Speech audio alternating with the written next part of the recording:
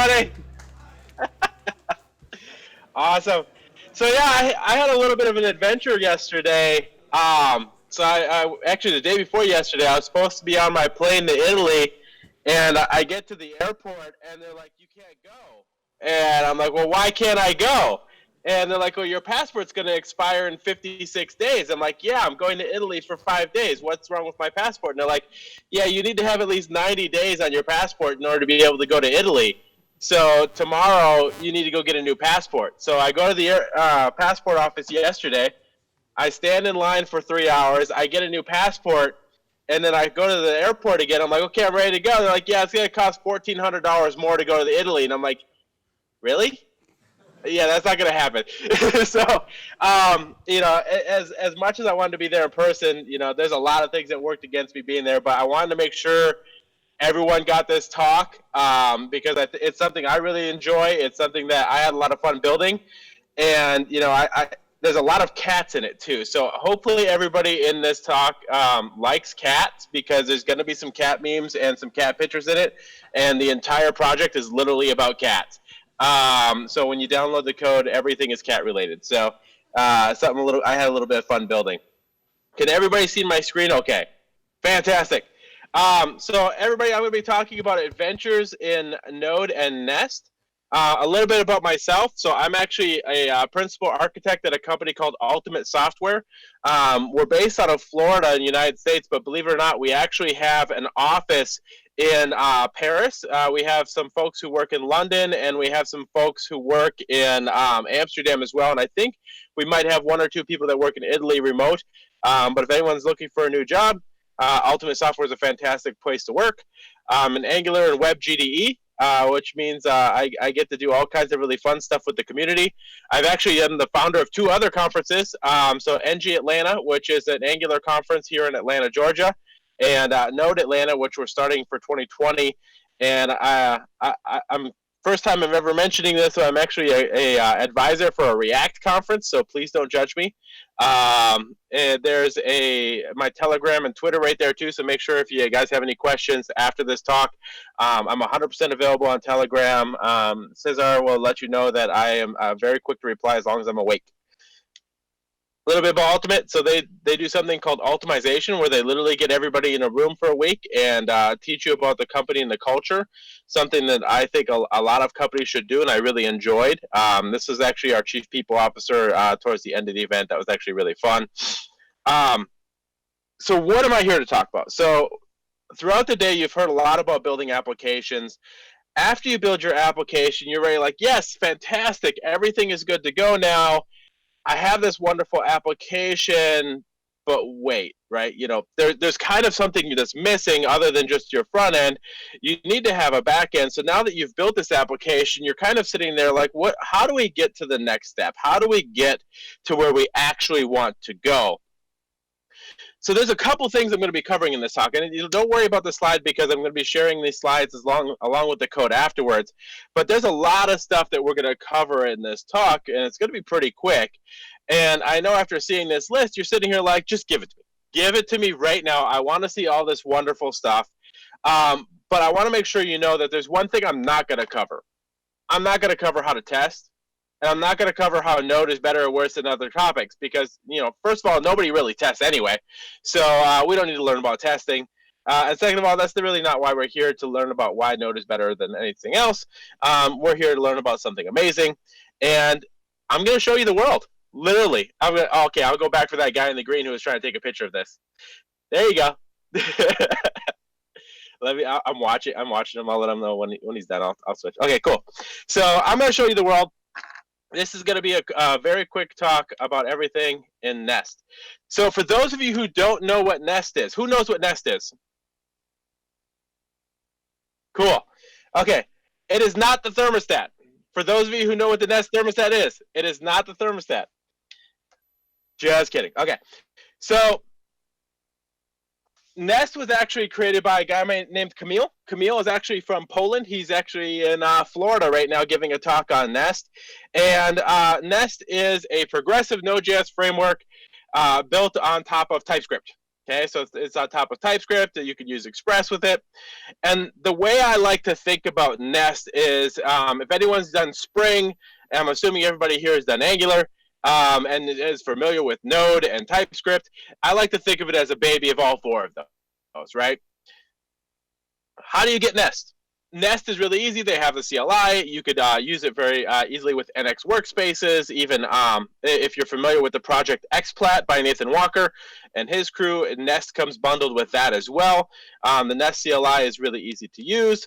And what's really nice is that once you get it installed, it's really easy for you to start building your backend application, right? So now you could go through and you could create a module, right? Just like you do with Angular. You're going to go ahead and create your module. You're going to build your little, I use this analogy when I talked in China as well. You're going to build your ravioli of code here, and this is going to be what's going to encapsulate all of your controllers and services. And the controllers are just a nice little annotation here that's going to start everything up. And that decorator is going to be what really gives you all of the magic inside of Nest. And so once you have a controller, it's really easy to begin to create your endpoints. You're just another annotation. You could do a get. You could have your parameter, and then you could actually go ahead and use that parameter throughout your code. And you can see this controller is literally doing nothing, just returning an empty object. But you could see that the get user is beginning to build out a little bit here. So there's a couple different ways that you could actually handle the response. So the annotation is actually pretty smart in that it can actually just take the default response and pass that JSON back to your application really easily. But at the same time, if you're trying to do something a little bit more complicated, like setting custom headers, setting response codes, piping streams, they actually have another annotation here that you can put on the function that allows you to hook into that response itself.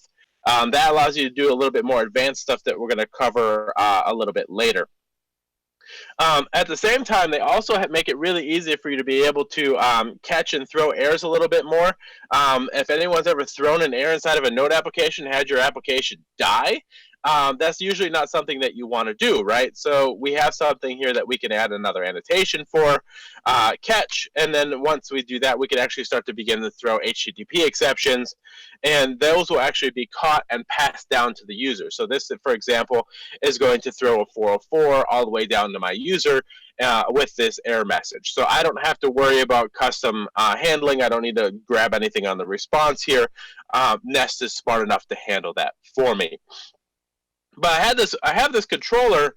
How do I actually go about persisting data, right? Because, that's great that, yes, we could send and receive information, but how do we actually persist something? And we do that through something called a service. So very much like you do with Angular, you could actually just provide a service, and that service is an injectable, just like you have in Angular. And once you have that, you can begin to do things with it.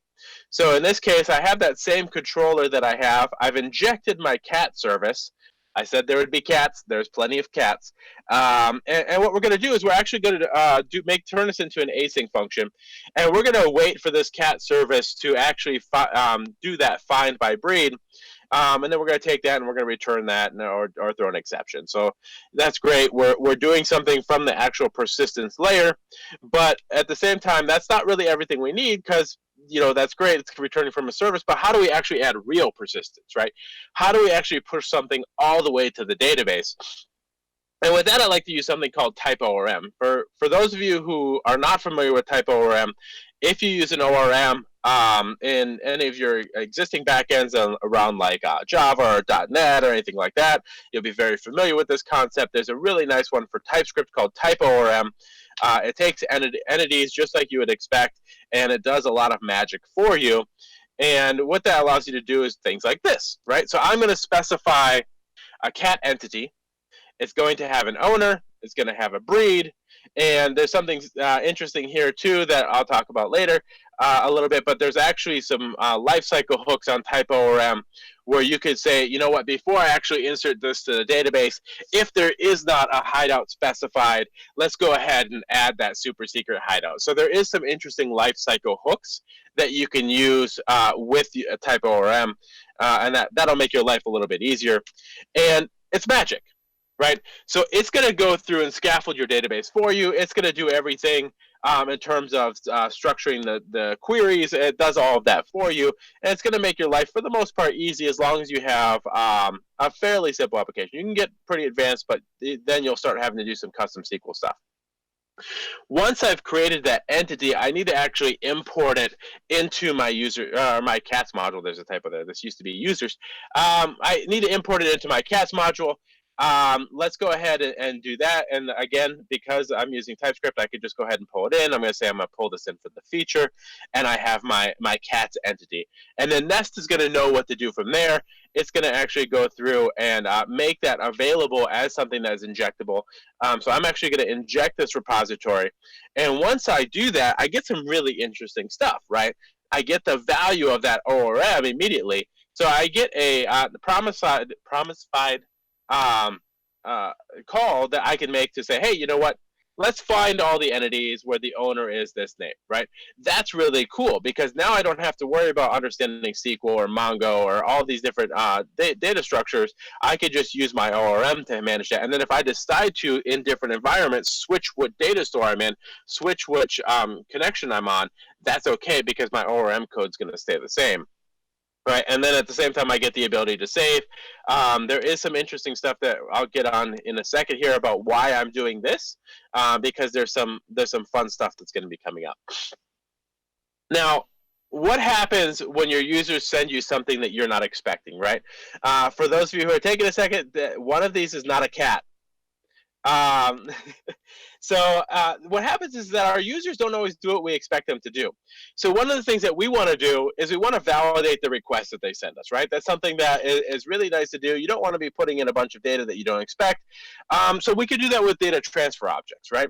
So with data transfer objects, you could go through and you could say, you know what, I'm expecting this field not to be empty. I could expect, any of these different requirements that you could put on it. For in this case, I'm just saying I expect these two fields not to be empty. And what happens is that when the user actually makes a request, you can see I added it through my pipes here. It is a pipe, so if you're familiar with Angular pipes, the validation on your request objects is a pipe. You can set it as a global pipe, and then when you select it, or when you put it as the body for your post request, it automatically will start using it as a pipe. And you can see that, okay, I passed in a username of Zack, but I didn't pass in any roles, so my API is actually going to automatically respond with a bad request for me. I don't have to build any of that logic. Just by using the data transfer object and the validation pipe, I get all of this automatically, and it makes it a lot easier because I don't have to write a bunch of code for that. So let's go ahead and move to the next thing. So I can see now here's how I'd actually use it. This is our finished controller. We have our injected service. We're waiting for the ORM to return our breeds. We have our HTTP exceptions when we don't find stuff and that's caught. And at the same time, we have our validation of our object for the cat that's getting passed in. So that's actually a really nice completed controller we have there, right? So what's next, right? Field level permissions. How many people have ever tried to have like a password or some secure field on an object before? Show of hands, quick show of hands. Literally 2 people. There we go. Okay, awesome. So, it's really nice because, you have all this wonderful data that you use to make sure things work correctly, but sometimes you're oversharing a little bit, right? You send all that information all the way down to the user, and anyone looks at your JSON response that comes back, they're like, oh, look at all this fun, wonderful stuff that I want to hack now because you decided to send it down to the user. And that's what happens sometimes, right? Maybe you send the cat tree down to the user. That's not necessarily a good thing, right? You don't want to send out where your secret hideout is because that's not a good thing. So what could you do about that, right? No, do not send that information to the user. Do not manually have to cut all that out on every single response because you're going to end up with some user or some developer that doesn't do the right thing. So let's make it a little bit automatic, right? So now there's something called class transformer that you can use. That's actually, you put this on your data transfer objects. It says, hey, you know what? I'm only going to expose the hideout to users who are part of the admin group, right? So now what happens is as that transfer object comes through your controller, it's going to go through and it's going to sanitize itself. Right, that's a lot better, right? You're not sending that secure information down to the user. They're getting exactly what they expect and exactly what you want them to see. So next thing, I told you guys I'm going fast. All these slides will be available. Next thing that's really fun to do, file uploads. I don't know how many folks have actually tried to do a file upload before, but it's usually a pain. You usually have to Google it like 5 times, and even then you screw something up, and then you have to go back and refactor it. This is probably the small.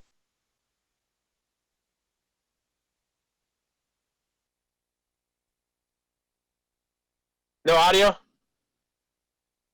Yay! So this is the smallest file upload I've ever seen. It's literally 2 lines, right? If you see this line here, we're going to use a file interceptor. And then we're going to have a upload file. That's it. Then you can do whatever you want with it, right?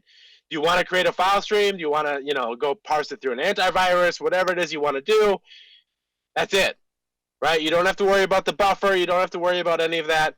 It's going to take care of all that for you. Like, that's one of the things that Nest does that makes it really nice to work with, because Camille and the team went through and created stuff like this to make our lives really easy. And then as they begin to enhance things on the back end, you don't have to worry about keeping up to date with all the new hotness. They're going to take care of that for you. Something else that's a really common thing that I've seen and had to do is pass-through APIs. What do I mean by that? You have another API downstream that you have to collect information from, and you want to pass that through to your user, right? This is where that response comes in. That's really handy, because this is where I can actually pipe that information through. Right, so I'm going to say, you know what? I'm going to take the cats by breed. I'm going to go ahead and get that information. I have some caching here that's in my my code, so you can see how I do caching. In this example, I have Redis caching with an in-memory fallback. So, or the other way, I have an in-memory cache with a Redis fallback. So if you get a cache miss on your in-memory dictionary, it'll actually fall back to Redis. So that's going to be in the repo that you could take a look at. So in this case, we're going to call this API. We're going to do a request, and then we're going to grab the JSON from that, and then that's actually going to get sent down to the user. So then we could do that. Health checks. So health checks are kind of important. You want to know when your service is actually up, right? Maybe you have GCP, or maybe you're on AWS. You need some kind of health check. Health checks are easy. You just write a very simple GET request. There's some interesting stuff you could put on there, like your uptime, your memory usage. But one of the things I found out is every time you do a health check, it's kind of not a real health check, right? Because just because your node server is able to reply doesn't mean your database is available. It doesn't mean Redis is available. It doesn't mean that anything you actually need to do is there. And we'll show you real quick how to do that. Something else that I find is really helpful to add to my health check is my version of my application. Right. So those of you who do continuous integration, continuous deployment, it's really helpful if you grab that JSON file that has your version number in there and make that part of your health check. Helps you know what version you have it running in production without having to do a bunch of other craziness. But let's go ahead and see something else. So I talked about how if your application has any dependencies, like a file system, right? How much space is left on your disk? How much space is left in memory? When's the last time you actually got a response from your database, right? Just because it's 2 a.m. and no users are hitting your system doesn't mean your database is actually up, right? So there's a really nice package that comes with Nest that you could use. It's part of, I think it's DigitalOcean that put it together, or no, it wasn't DigitalOcean. I forget who put it together. No, GoDaddy. Yeah, so GoDaddy made this package called Terminus, and Nest wrapped it. And what that does is it allows you to actually implement other asynchronous processes that show you the true status of your application, right? Is my memory okay? Is my database up? Does my disk have enough space? And you can add any thing to this health check to give you that true health check, and it'll actually in this case here, if my disk gets more than 90% full, it's going to actually start to throw errors. And yes, my API is still responding. Yes, my API is still up, but I may want to have New Relic or something when this disk starts to fail. In the disk check storage, might want to wake somebody up and say, hey, you know what, we need to go clean up the disk a little bit before it has a problem, right? So next thing, compression. So something that's really precious to me is data, right? A lot of times my users are all over the world, and they may not have the best connection in the world. if you're sending a ton of bytes over the wire, A, you're killing their data plan because not everybody has an unlimited data plan, and B, you're slowing down your application for any reason. So data's precious, right? Compression is easy. It's one line, right? You can't get any easier than that. If you're not adding compression to your application, you're probably doing it wrong, right? And when it's one line, you can handle that. Authentication. I saw there was a talk earlier about JWT. I'm not going to get into the complexities of JWT. I'm a huge fan of JWT, though. So we're going to show you how to create an auth module. Okay, so again, another module, another ravioli of functionality. And in this case, I'm actually going to be using JWT. We have a super secret code here that we're going to have as part of our registering the JWT. There is a JWT controller as well as a JWT strategy. I'm not going to get into the complexities of those. I am going to show them to you, though, and highlight a couple things. So again, with the sign-in, we have a wonderful data transfer object. We're going to take that. We're going to generate a JWT payload. We're going to validate that user. And then we're going to decide, you know what, is this a valid user? And what identity provider are they using? Because the use case that I'm demonstrating in the GitHub repo is something that I had to do at my day job, where we had a combination of simple auth as well as a domain entity that we had to authenticate. So in the GitHub repo, I show how you could use Firebase for your users, but at the same time support a username and password that doesn't have anything backing it other than your own database. And that's really good when you're migrating systems or you're acquiring another company and you need to be able to support two types of auth. So that is a valid use case that a lot of people have been running into lately. So what can you do with that, right? So this is going to be the JWT strategy. We're going to be extracting the JWT token from the auth header, and then we're able to pass that around. We have our validating user, which is going to go ahead and go call the database, and then this is how we would just log in, right? So it's just another service that we're injecting into an auth controller and handling our sign-in there. But once we have that, we can start to do some really cool things, right? So I showed you earlier how you could add a role that's going to sanitize your object, but what if you want to start protecting some of your routes, right? So just by adding another annotation, say, you know what, I want to use this roles guard, and then I'm going to go ahead and authenticate that entire controller. So everything in that controller now has an auth check. So not only do you have to be signed in, but you have to pass that roles guard, and that's now available on your controller.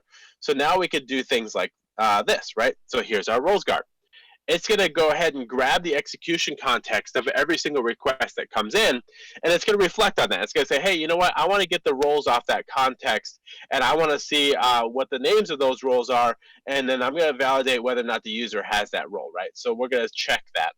And then what that allows us to do is, hey, you know what? This entire response is only available for admin, right? That's a really easy check, and all I had to do was add an annotation to it, and now I'm able to guard that entire request.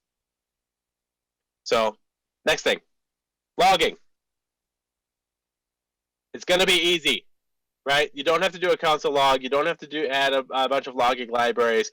There's a default one that comes with Nest. It's really easy to do. I suggest hitting the easy button because I'm lazy and I don't like to do extra stuff, right? So just use the one that comes with Nest. It's wonderful. It's easy.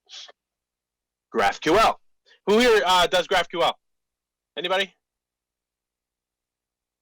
I see like the 4 same hands. Like there's a couple people that do everything and everyone else is just hanging out. Okay, cool.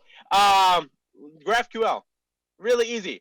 So again, import, right? All I have to do is import the GraphQL module that Nest provides, specify my type paths. I'm going to 5-minute warning. That's really subtle. Great. So yeah, just definitely add the GraphQL module. And then instead of having controllers that are provided, I'm just saying resolvers, right? So once I go ahead and import those resolvers, then I get the ability to add cat resolvers and cat guards and cat mutations, which is kind of weird because it's not nice to mutate cats. But once you have all those things, you're good to go. And you can actually go ahead and inject those cat services into the cat resolvers, and you can do things. And then you get your cat GraphQL definitions. And now you actually have the ability to use the built-in query visualizer here that lets you see what you get from GraphQL. So you have this API, you've built it, you've done all these wonderful things. How do you test it for scalability? One of the best things that I like to talk about is Siege. Siege is a tool that I've used in the past to beat up my APIs, right? What Siege is going to do, it's going to execute any query that you want against your application, and it's going to beat it up. So in this case, I'm going to do 250 concurrent users hitting my application, checking the health check, for example. And you can see for the cost of 5 seconds, it was hit it for 2,300 times, 100% of uptime. It took 4.96 seconds, okay? So it did what I expected it to do. I find this to be very useful when I'm doing regression tests, right? I'm testing a new methodology. I'm testing a new ORM. I'm testing, a new deployment, or I'm testing a new container. Whatever it is that I want to do, I use Siege to go ahead and go check to say, is my API still responding the same speed? Am I sending more bytes? So you can see here that at the same time, it also tells you how much data was transferred. So if you're adding compression, for example, how much did that really affect your application, right? And with Siege, you're able to check that out. Documentation, because everyone loves documentation, even though we don't ever do it. Swagger is really easy to add to your application if you wanted to add Swagger. So in this case, you just add a new document builder, and it's going to go through and scaffold the Swagger instance itself, and it's going to make it available on the /docs of your API. And then once you do that, you can begin to annotate with extremely verbose annotations on exactly what that API does. It does do a little introspection as well on if you have any typings on here, so you don't have to put everything, but it does go through and actually take the annotations off your controllers. So next thing, sockets. I promised I'd get the sockets because everybody loves sockets. It's a good way to send way too much data across the stream, but at the same time, it's sometimes necessary. So in this case, I did something really interesting. Adding sockets is really easy. You just, again, a simple annotation.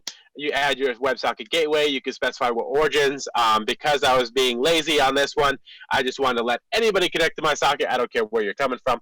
And then you have your WebSocket server that you use. And then from there, you can begin to do whatever you want. And in this case, what I did is I showed a couple things.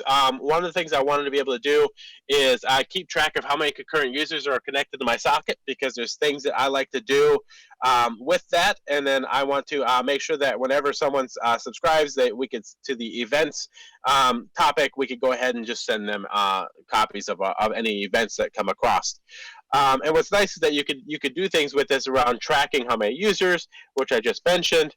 And then from there, you can actually add that to your health check, right? Because now I have a list of how many concurrent users are on. Maybe that's something you want to bubble back to your health check, so you know how many people are actively connected to your sockets. And then you can also broadcast many messages, right? So you have that list of WebSocket clients that are connected to your APIs, and you can emit any kind of message to them with just a simple broadcast, right? So that's a lot of stuff. All of that's in my GitHub repo. All of it you could go and check out. I am going to be doing some cleanup on it because I've been going through and doing some refactoring since last time. So I am updating that. I am going to be updating it regularly as I go ahead and make cleanup. So go ahead and follow that repo. The URL will be in the slide deck, which I will tweet out momentarily. And thank you all very much.